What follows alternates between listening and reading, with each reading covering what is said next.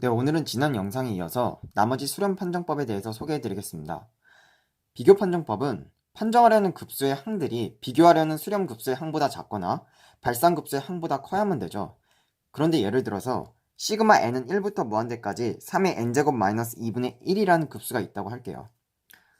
시그마 3의 n제곱분의 1은 수렴하지만 3의 n제곱 마이너스 2분의 1이 3의 n제곱분의 1보다 크니까 비교 판정법을 사용할 수 없게 되죠.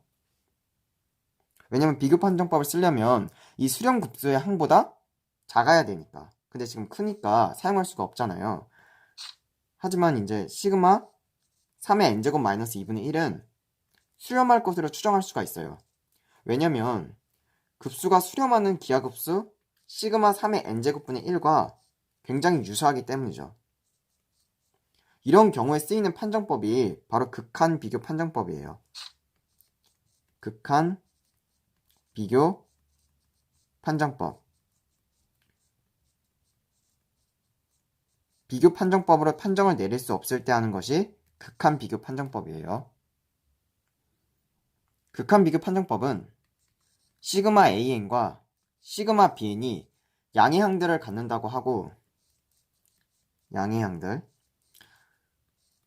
양수 C에 대해서 리미트 n이 무한대로 갈 때 Bn분의 AN이 C이면 두 급수는 동시에 수렴하거나 혹은 동시에 발산하게 돼요.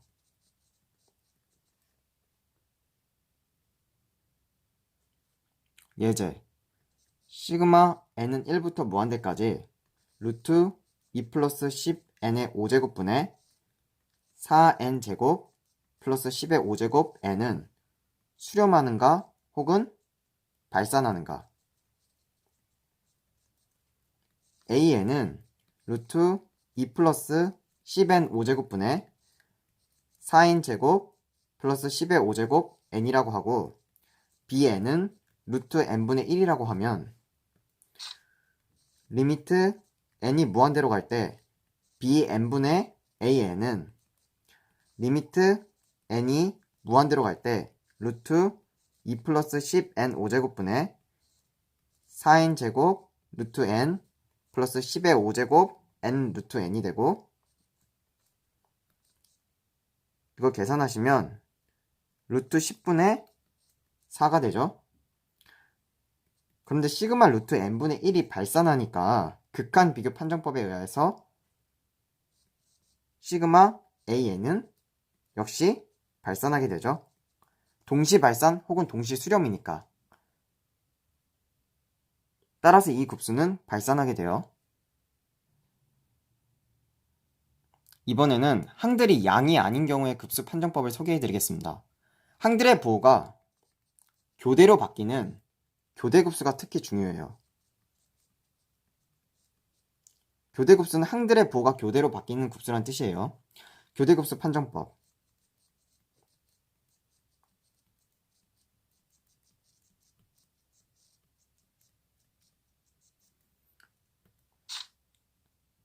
시그마 n은 1부터 무한대까지 마이너스 1의 n 마이너스 1제곱 bn은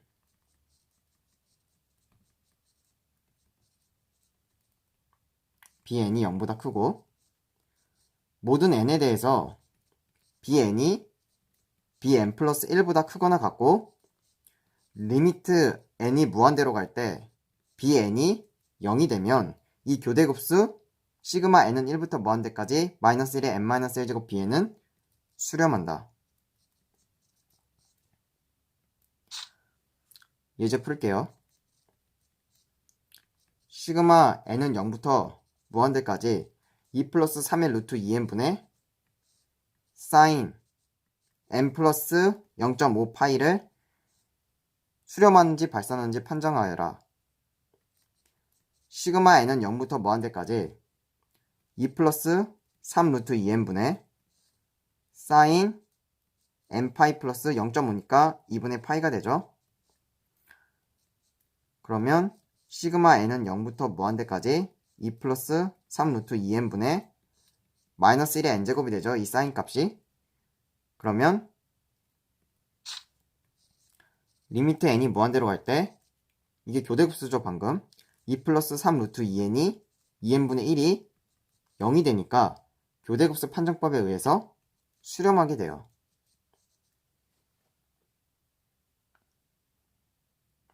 양의 양들을 갖는 급수와 교대급수의 수렴 판정법을 알려드렸는데요. 그럼 급수의 부호가 불규칙하게 바뀔 땐 어떻게 될까요? 이럴 때 필요한 게 절대수렴이에요. 절대수렴.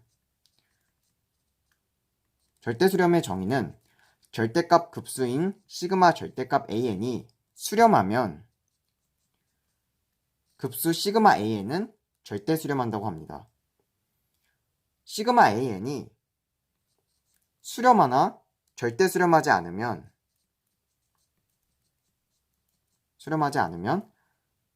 시그마 an은 조건부 수렴한다고 해요. 조건부 수렴.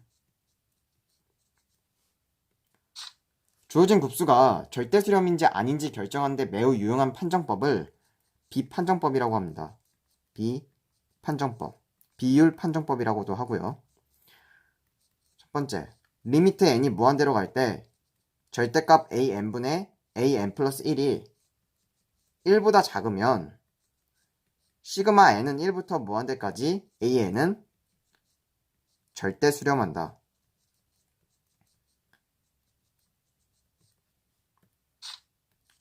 리미트 n이 무한대로 갈 때 절대값 an분의 an 플러스 1이 1보다 크거나 리미트 n이 무한대로 갈 때 절대값 an분의 an 플러스 1이 무한대가 나오면 시그마 an은 발산하게 된다. 그 다음 리미트 n이 무한대로 갈 때 절대값 an분의 an 플러스 1이 1이 나오면 어떻게 돼요? 판정이 불가능하다. 다른 판정법을 사용하셔야 돼요. 이럴 땐. 예제 풀게요. 시그마 n 팩토리얼 분의 n의 1000제곱 곱하기 1000의 n제곱이 수렴하는지 발산하는지 판정하여라. 1000의 n제곱. 리미트 n이 무한대로 갈 때 an분의 an 플러스 1은 리미트 n이 무한대로 갈 때 n 플러스 1 팩토리얼 분의 n 플러스 1의 1000제곱 곱하기 1000의 n 플러스 1제곱 곱하기 n의 1000제곱 곱하기 1000의 n제곱분의 n 팩토리얼. 이렇게 사라지고 n 팩토리얼이랑 이거 없어지니까 n 플러스 1만 남죠? 그러면 리미트 n이 무한대로 갈 때 n 플러스 1분의 1000 곱하기 n분의 n 플러스 1의 1000제곱. 리미트 n이 무한대로 갈 때 n 플러스 1분의 1000 곱하기 1 플러스 n분의 1의 1000제곱이니까 0이 되네요. 그럼 이게 1보다 작으니까 시그마 급수 시그마 n 팩토리얼 분의 n의 1000제곱 곱하기 1000의 n제곱은 비판정법에 의해서 수렴하게 되죠. 1보다 작으니까.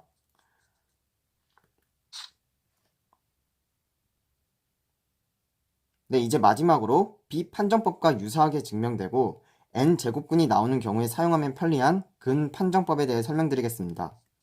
근판정법.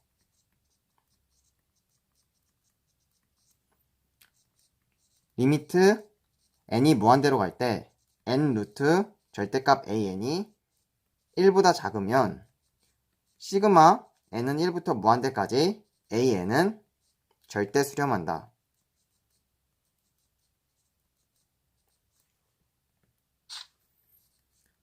리미트 n이 무한대로 갈 때 n 루트 절대값 an이 1보다 크거나 리미트 n이 무한대로 갈 때 n 루트 절대값 an이 무한대이면 시그마 an은 발산한다.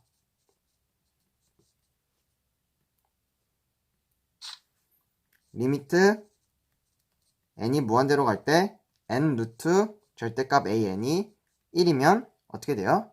마찬가지로 판정 불가능하다. 네, 그럼 이것으로 지난 영상에 이어 수렴 판정법에 대한 개념 설명 및 예제풀이를 모두 마치겠습니다.